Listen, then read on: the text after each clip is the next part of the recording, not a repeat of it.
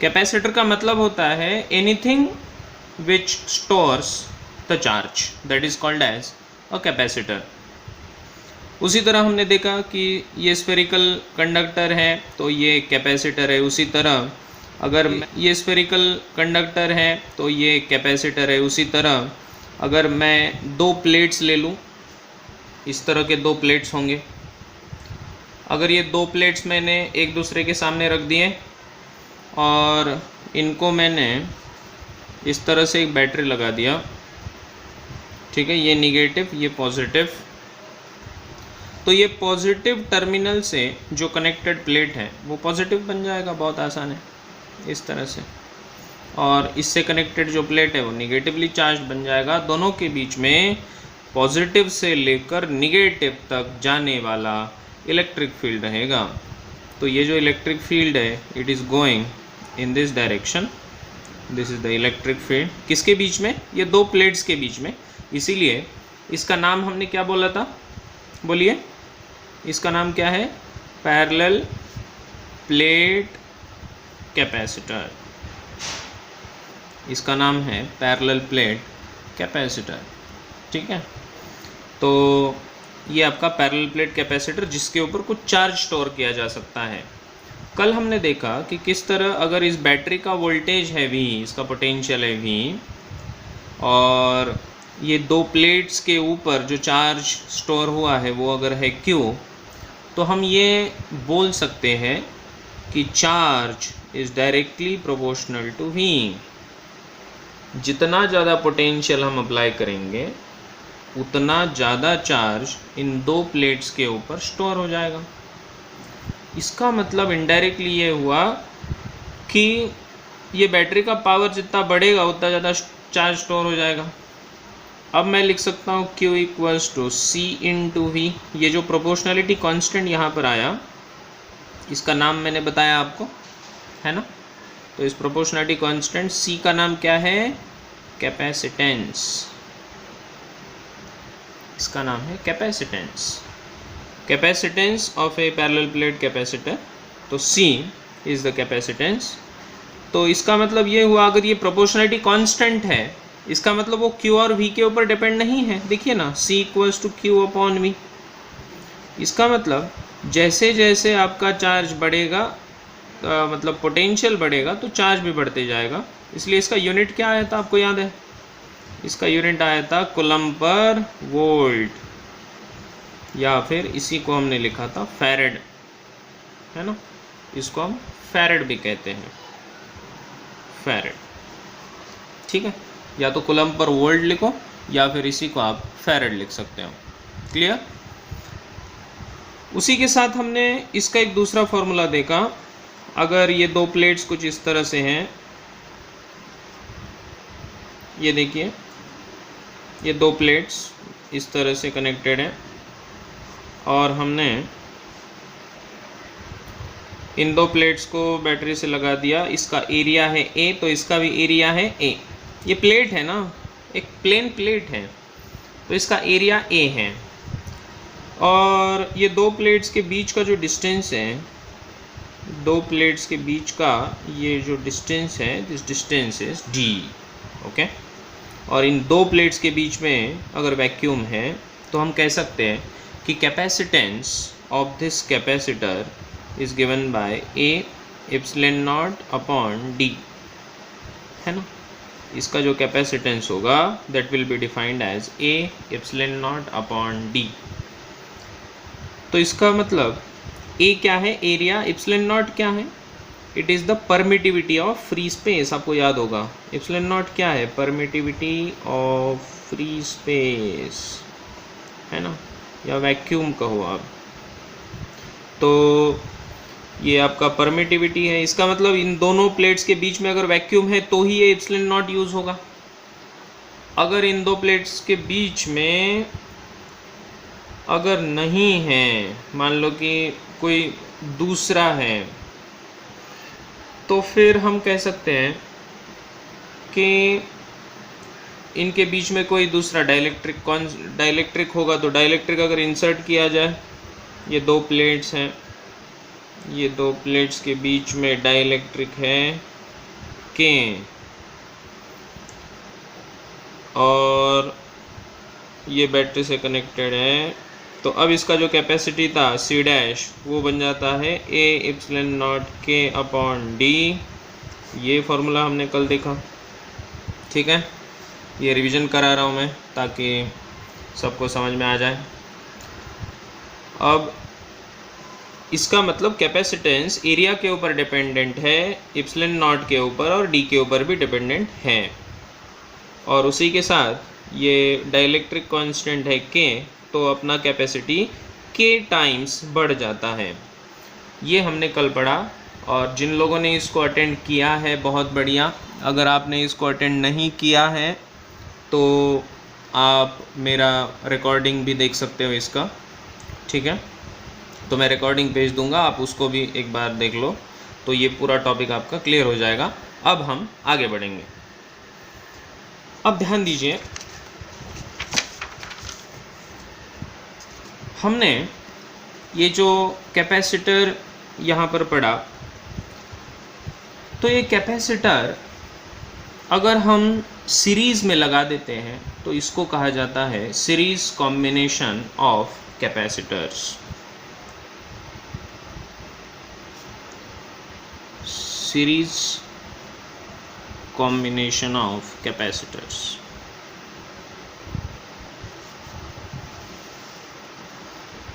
अब ये series combination of capacitors जो है, तो इसको आपको अच्छे से समझना है। इसीलिए मैंने एक पहला जो लेक्चर लिया था उस दिन मैंने आपको resistances in series, resistances in parallel, ये वाला लेक्चर आपको बोला है ना।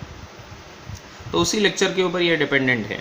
तो ध्यान दीजिए सब लोग कि अगर दो कैपेसिटर्स है आपके पास, देखिए इस तरह से, जैसे रेजिस्टेंस में सीरीज़ कॉम्बिनेशन होता था वैसे यहाँ पर भी ये एक सीरीज़ कॉम्बिनेशन है। इस सीरीज़ कॉम्बिनेशन में मान लो कि इसका कैपेसिटेंस है C1, इसका कैपेसिटेंस है C2, ऐसा मान लिया हमने। अब इन दोनों को हमने एक बैटरी लगा दिया है, ठीक है। एक बैटरी है, इसका पोटेंशियल है V। अब ये देखा गया कि जब दो एलिमेंट्स एक के बाद एक जब हम इसको कनेक्ट करते हैं तो अब यहाँ पर क्या हो जाएगा इसके बारे में सोचते हैं। देखिए यहाँ पर चार्ज ये पॉजिटिव, ये निगेटिव है, तो पॉजिटिव चार्ज इस प्लेट के ऊपर एक्यूमुलेट हो जाएगा।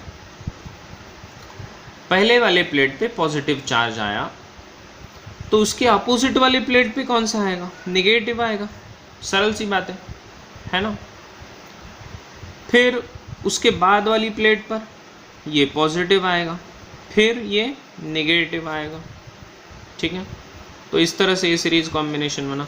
जितना Q चार्ज यहाँ पर आया उतना ही Q चार्ज यहाँ पर होगा, जितना चार्ज यहाँ पर आया उतना ही चार्ज यहाँ पर होगा, वो भी Q ही होगा, है ना, सेम चार्ज होगा।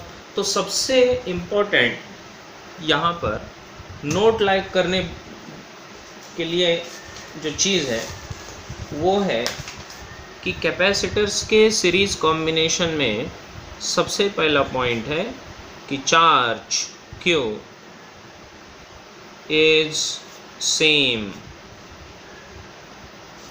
On all capacitors.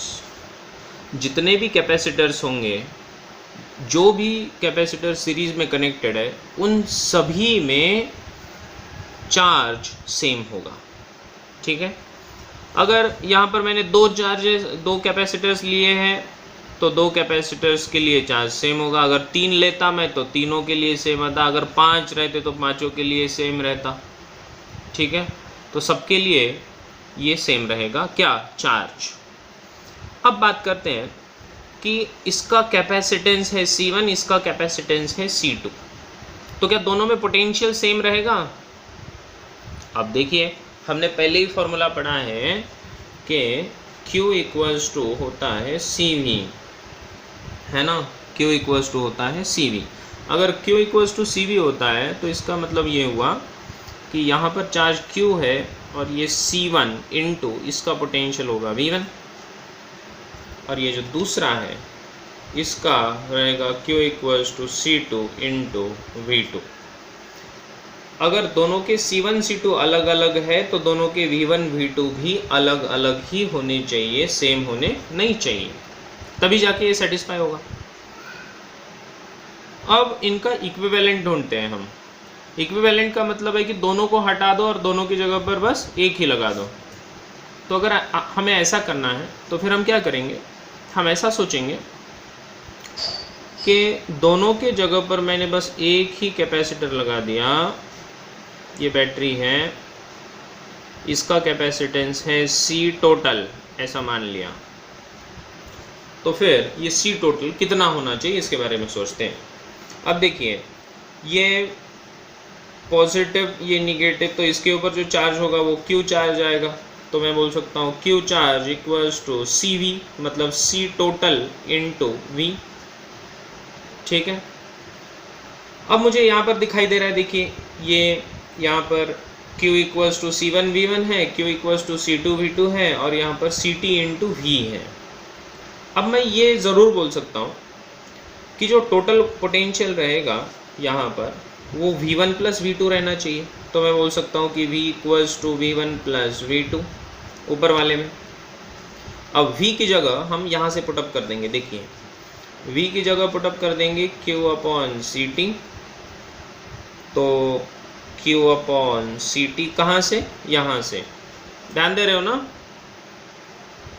ठीक है। Q upon CT equals to ये V1, ये V1 आपको यहाँ से मिलेगा Q अपॉन C1। देखिए V1 equals to Q upon C1 plus Q upon C2 कहाँ से, यहाँ से, ठीक है। तो Q upon CT equals to Q upon C1 plus Q upon C2। तो दोनों साइड में ये Q कैंसिल हो जाएगा, आंसर आ जाएगा 1 upon C total equals to 1 upon C1 plus 1 upon C2। तो देखिए ये सीरीज कॉम्बिनेशन था कैपेसिटर्स का, जिसमें हमने ये प्रूव कर दिया कि C टोटल जो होगा, ये C टोटल का reciprocal equals to 1 upon C1 plus 1 upon C2। लेकिन आप बोलोगे ये तो sir parallel combination of resistances के लिए था, 1/R total equals to 1/R1 plus 1/R2, है ना। तो क्या यहाँ पर उल्टा हो जाता है? हाँ बिल्कुल, यहाँ पर ये चीज़ उल्टा हो जाता है। तो इस केस में यहाँ पर जो सीरीज कॉम्बिनेशन ऑफ कैपेसिटर के लिए है वो अपने रेजिस्टेंस का पैरेलल है, ठीक है। तो ठीक है, तो इसका मतलब पोटेंशियल अलग अलग हुआ दोनों कैपेसिटर के ऊपर, ठीक है। अब आगे बढ़ते हैं। अब इसी में पैरेलल कॉम्बिनेशन की भी बात करेंगे। तो देखिए, अब अगर हम पैरेलल कॉम्बिनेशन की बात करें तो पैरेलल कॉम्बिनेशन ऑफ कैपेसिटर्स, अब ये पैरेलल कॉम्बिनेशन ऑफ कैपेसिटर्स में हम बात करेंगे कि जब ये दो कैपेसिटर्स पैरेलल में आ जाएंगे अब क्या होगा। अब यहाँ पर इसका पोटेंशियल है V, ये दोनों पैरेलल में आ गए। जब ये दोनों पैरेलल में आ गए तो दोनों के कैपेसिटेंसेस तो अलग अलग है C1 C2, लेकिन पैरेलल कॉम्बिनेशन में हमेशा पोटेंशियल सेम ही होता है। तो ये बात ध्यान रखनी होगी कि दोनों का पोटेंशियल सेम होना चाहिए, ठीक है। अब अगर दोनों का पोटेंशियल सेम है तो इसका पोटेंशियल है V, तो इसका भी पोटेंशियल V, तो इसका भी पोटेंशियल V। देखिए इसका भी V और इसका भी V, क्योंकि कैसे है, एक दूसरे को पैरेलल है, ठीक है। तो अगर ये दोनों एक दूसरे को पैरेलल है तो पोटेंशियल कैसा होना चाहिए, सेम। तो हम लिख देंगे कि potential on all capacitors must be same, है ना। सारे के सारे कैपेसिटर्स के ऊपर पोटेंशियल कैसा होना चाहिए, सेम होना चाहिए, तभी जाके पैरेलल है। तो पहले के लिए जो चार्ज रहेगा वो अलग रहेगा Q1, यहाँ पर चार्ज कुछ अलग रहेगा Q2। तो मैं बोल सकता हूँ कि Q इक्वल्स टू CV वाला फार्मूला यूज़ कर रहा हूँ। Q इक्वल्स टू CV वाला फार्मूला याद है ना सबको?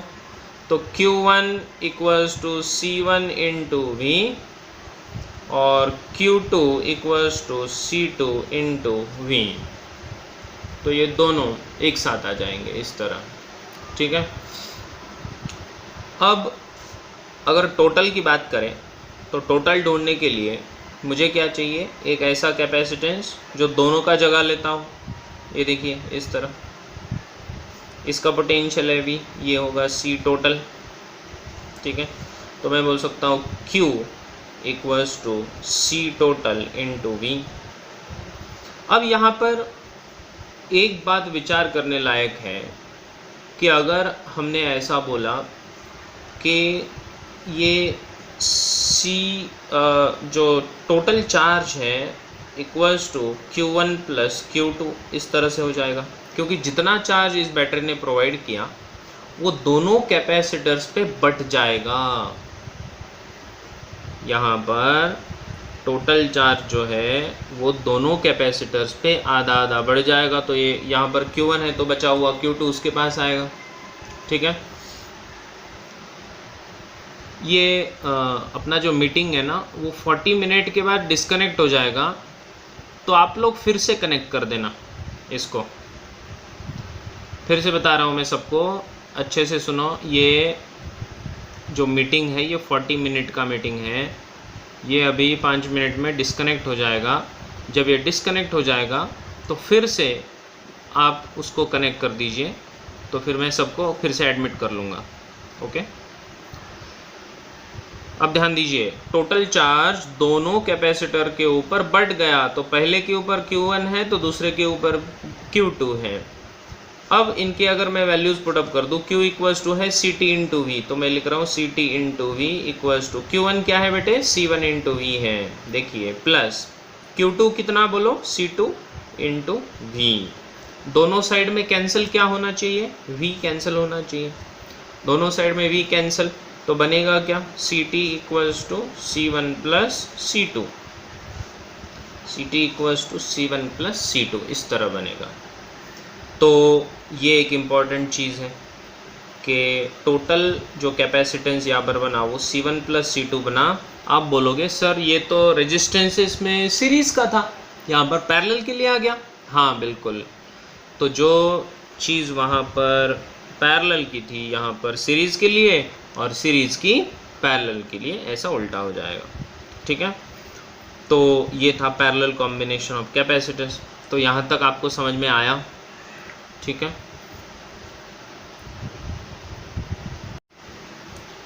अब हम पढ़ने जा रहे हैं energy stored in the capacitor. ध्यान दो सब लोग। Energy stored in the capacitor का मतलब है कि बैटरी जब हम किसी कैपेसिटर से कनेक्ट करते हैं तो रेजिस्टेंस अगर रहता तो रेजिस्टेंस में वो एनर्जी खर्चा हो जाती है, लॉस हो जाती है इन the form of heat. 10th class को याद करो, 10th स्टैंडर्ड में हमने क्या पढ़ा था कि जब resistor is connected to the given battery, so the energy stored in the battery is lost in the form of heat in the resistor. लेकिन कैपेसिटर में क्या हो जाता है? In the capacitor, all that energy which was stored previously, है ना, in the battery, तो वो सारी की सारी एनर्जी अब कैपेसिटर में स्टोर हो जाती है। तो यहाँ पर ऐसा मान लिया हमने कि जो पोटेंशियल हमने अप्लाई किया है वो है V, and let at any instantaneous time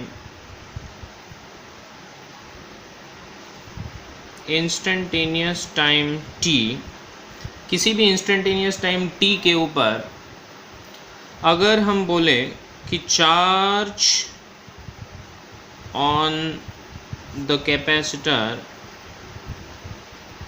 is Q।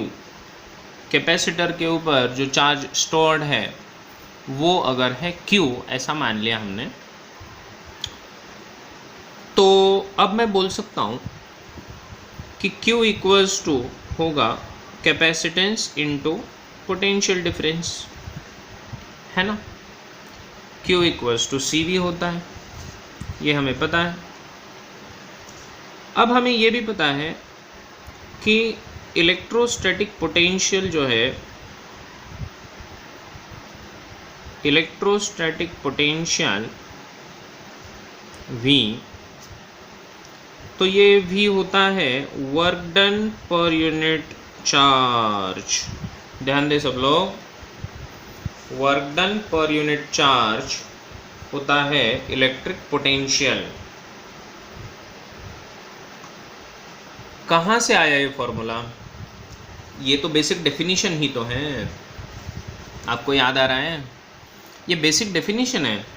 किसका डेफिनेशन है? पोटेंशियल का, कि किसी भी यूनिट पॉजिटिव टेस्ट चार्ज को इन्फिनिटी से उठाओ और इन्फिनिटी से उठाकर उसको इलेक्ट्रिक फील्ड में लेके आओ। तो इलेक्ट्रिक फील्ड में जब लेके आएंगे तो the amount of work done in bringing per unit charge, जिस चार्ज को हम लाए उसी का charge is called as electric potential of the given charge. तो ये बेसिक डेफिनेशन है। अब हमने ऐसा मान लिया कि हमने जो पोटेंशियल डिफरेंस अप्लाई किया है तो वो पोटेंशियल डिफरेंस बैटरी से लेकर कैपेसिटर तक का है। तो अब मैं मान रहा हूं कि let small charge dq be moved from battery to capacitor. Battery से लेकर कैपेसिटर तक मैंने स्मॉल चार्ज dq को मूव किया। तो इस प्रोसेस में जो मुझे वर्क डन करना पड़ा, अमाउंट ऑफ वर्क डन, वो वर्क डन हो जाएगा, work done equals to V into Q. कितना पोटेंशियल? V। चार्ज कितना हमने मूव कर दिया? dq। तो dw equals to V into dq। इतना वर्क डन मैंने किया। इस dq चार्ज को पोटेंशियल डिफरेंस V से मूव करने के लिए, कहाँ से कहाँ बेटा? कहाँ से कहाँ बोलो? बैटरी से लेकर कैपेसिटर पर रखने के लिए।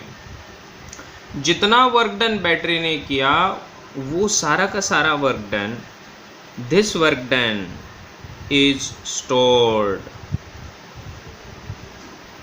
This work done is stored in the capacitor in the form of potential energy भी कहते हैं इसी को, ठीक है। ये पोटेंशियल एनर्जी के फॉर्म में स्टोर्ड हो गया। और ये जो पोटेंशियल एनर्जी है, it is the potential energy in the form of electric field. ये इलेक्ट्रिक फील्ड के फॉर्म में है जो मैंने आपको कहा था, है ना। This energy is in the form of electric field. तो यहाँ तक सबके समझ में आया है ना, कि किसी भी इंस्टेंटेनियस टाइम t के ऊपर हमने ऐसा मान लिया कि charge on the capacitor is q। इसके ऊपर जो चार्ज इंस्टेंटेनियसली कितना है? q है। तो मैं बोल सकता हूँ q इक्वल्स टू CV। और जो इलेक्ट्रोस्टैटिक पोटेंशियल होता है उसका डेफिनेशन होता है पोटेंशियल इज़ वर्क डन पर यूनिट चार्ज। वर्क डन पर यूनिट चार्ज में हम कहते हैं कि पोटेंशियल इतना अगर रहा, इसका मतलब है कि इतना वर्क डन हुआ इतने चार्ज को मूव करने के लिए।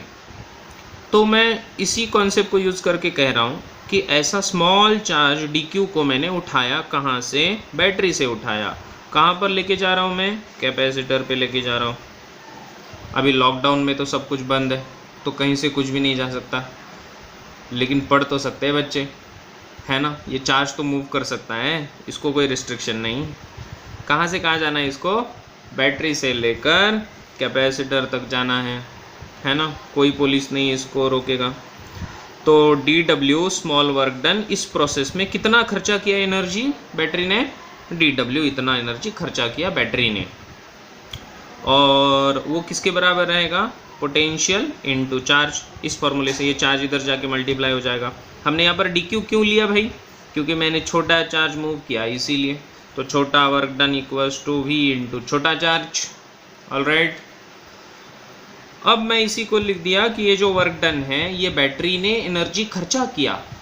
तो एनर्जी जो खर्चा हुआ वो कभी लॉस होता है क्या, नहीं। तो वो कहाँ जाएगा, वो कैपेसिटर पे जाके स्टोर हो जाएगा। This work done is stored in the capacitor in the form of potential energy electric field. ठीक है, तो इसका मतलब अब मैं इसको बोल सकता हूँ कि मेरे पास फॉर्मूला है Q इक्वल्स टू CV। तो यहाँ से मैं लिखूँगा कि V equals to Q upon C, इस तरह। और अभी अभी हमने लिखा है dW इक्वल्स टू क्या लिखा है, V into DQ। dW equals to V into DQ। तो यहाँ पर मैं V को अगर पुटअप कर दूँ तो ये बनेगा बेटे dW equals to Q upon C into DQ, इस तरह बनेगा। तो ये जो वर्क डन आप देख रहे हो, this work done is stored in the form of potential energy. तो मुझे टोटल चाहिए तो क्या करना पड़ेगा, इंटीग्रेट। तो total energy stored, total energy stored इन कैपेसिटर, तो ये total energy is integration of Q upon C into DQ, ये रहेगा। राइट, ये ऊपर वाले का इंटीग्रेशन है ना। अब इसमें वेरिएबल कौन है बताइए ज़रा, इस इंटीग्रेशन के प्रोसेस में वेरिएबल कौन है, चार्ज। शाबाश, इस इंटीग्रेशन की प्रोसेस में चार्ज इज़ द वेरिएबल। अगर ये चार्ज वेरिएबल है तो फिर इस चार्ज को हम कहाँ से कहाँ तक बढ़ाएंगे, हम बढ़ाएंगे इसको 0 से लेकर कैपिटल Q तक, जो टोटल चार्ज होगा, है ना। कैपेसिटर पे जो फाइनल चार्ज स्टोर्ड है तो वो चार्ज है कैपिटल Q। तो इसलिए इंटीग्रेट कर दूंगा मैं, 1 अपॉन C बाहर चला आएगा, integration of Q into DQ, 0 to Q, this will be 1 by C into Q square upon 2 from 0 to Q। तो ये बनेगा 1 upon C capital Q square upon 2। इसी को हम लिखते हैं half Q square upon C। This is the formula for energy stored in the capacitor. ठीक है, सो ये आपका energy stored in the capacitor है, half Q square upon C। इसी में अगर मैं ऐसा भी लिख सकता हूँ ना कि Q इक्वल्स टू CV, चलेगा, बिल्कुल चलेगा। तो मैं इसको लिख सकता हूँ W इक्वल्स टू हाफ, ये Q स्क्वायर की जगह मैं लिख रहा हूँ Q इक्वल्स टू CV। तो ये बन जाएगा C square V square upon C, एक C कैंसिल हो जाएगा, तो ये बनेगा half CV square. So energy stored in the capacitor का फॉर्मूला आ जाएगा हाफ CV स्क्वायर। और ये जो हाफ CV स्क्वायर है ये याद रखने के लिए भी आसान हो जाएगा आपको, क्योंकि जैसे हम बहुत सारी एनर्जीज़ को याद रखने के लिए इस तरह के फॉर्मूले यूज़ होते हैं, जैसे kinetic energy half mv square, energy stored in the spring अगर है तो हाफ kx स्क्वायर, है ना, आपको याद आ रहा है ऐसे। उसी तरह रोटेशनल मोशन में हमने देखा है कि रोटेशनल काइनेटिक एनर्जी क्या होती है बेटे, हाफ I ओमेगा स्क्वायर। तो इस तरह के ये जो फॉर्मेट है, हाफ वाला फॉर्मेट, हाफ इंटू समथिंग का स्क्वायर, वो याद रखने के लिए भी आसान होता है। तो यहाँ पर ये जो एनर्जी स्टोर्ड है ये बन जाएगा हाफ CV स्क्वायर। इसमें C क्या है, कैपेसिटेंस, C क्या है, कैपेसिटेंस, एंड V क्या है, potential of the battery connected, या फिर potential difference across the plates of capacitor, ऐसा भी कहते हैं इसको। तो क्या ये सबके समझ में आया? या तो आप इसको याद रखो या तो आप इसको याद रखो, ठीक है। ये डबल्स टू हाफ CV तो यहाँ तो C V in equals to half C V square है ना। तो मैंने लिख दिया कि half into C V into V से मुझे ये मिला हाफ इंटू वी। तो ये 2 और ये तीसरा, ये 3 फॉर्मूले आपके पास आए अभी energy stored in the capacitor के। ठीक है, तो ये है energy stored in the capacitor. ये याद रखने के लिए आसान भी है, स्क्वायर आप फॉर्मूला